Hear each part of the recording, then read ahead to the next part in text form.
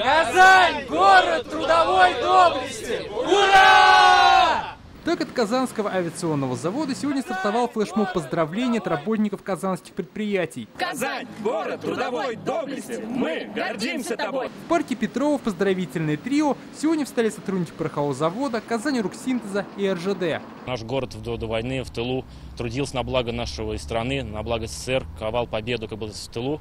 Поздравления сегодня звучали во всех казанских автобусах, трамваях, троллейбусах и даже вагонах метро. Уважаемые пассажиры!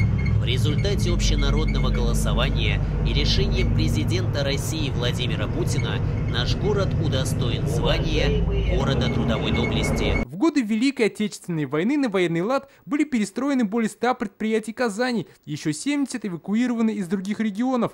Для фронта выпускали более 600 видов различной продукции. Также в Казани разместили 45 госпиталей. За трудовые подвиги 10 казанцев получили звание Герой соцтруда и 43 тысячи работников удостоились звания Труженик тыла. Двигается, ворота открывают. У легендарного П-2 труженики, которые в годы войны собирали этот самолет на Казанском авиационном.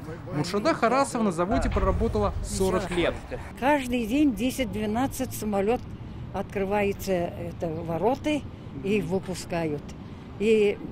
А тут уже закладывают другие. Иван Кузнецов на заводе проработал, внимание, аж 73 года. Начинал учеником слесаря, был начальником нескольких отделов.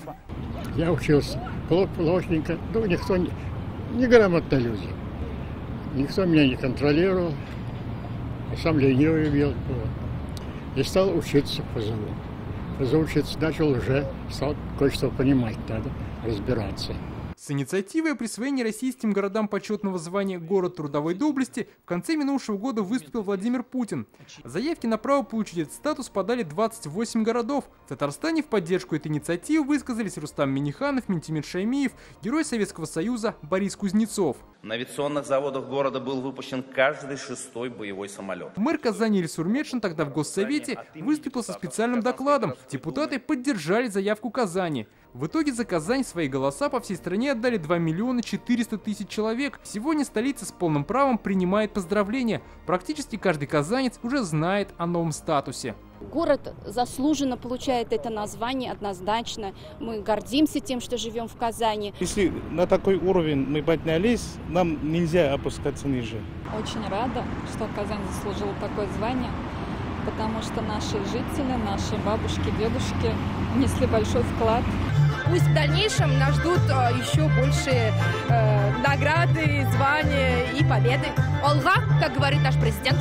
По условиям конкурса теперь в Казани может быть установлен специальный монумент в честь тружеников тыла. Возможно, это будет нечто особенное, может быть, это будет какой-то барельеф там, из граффито, как это было раньше там, в советские времена. А может быть, это будет вообще триумфальная арка, которой в городе Казани еще никогда не было. Так, в год 75-летия Великой Победы Казань отмечает двойной праздник.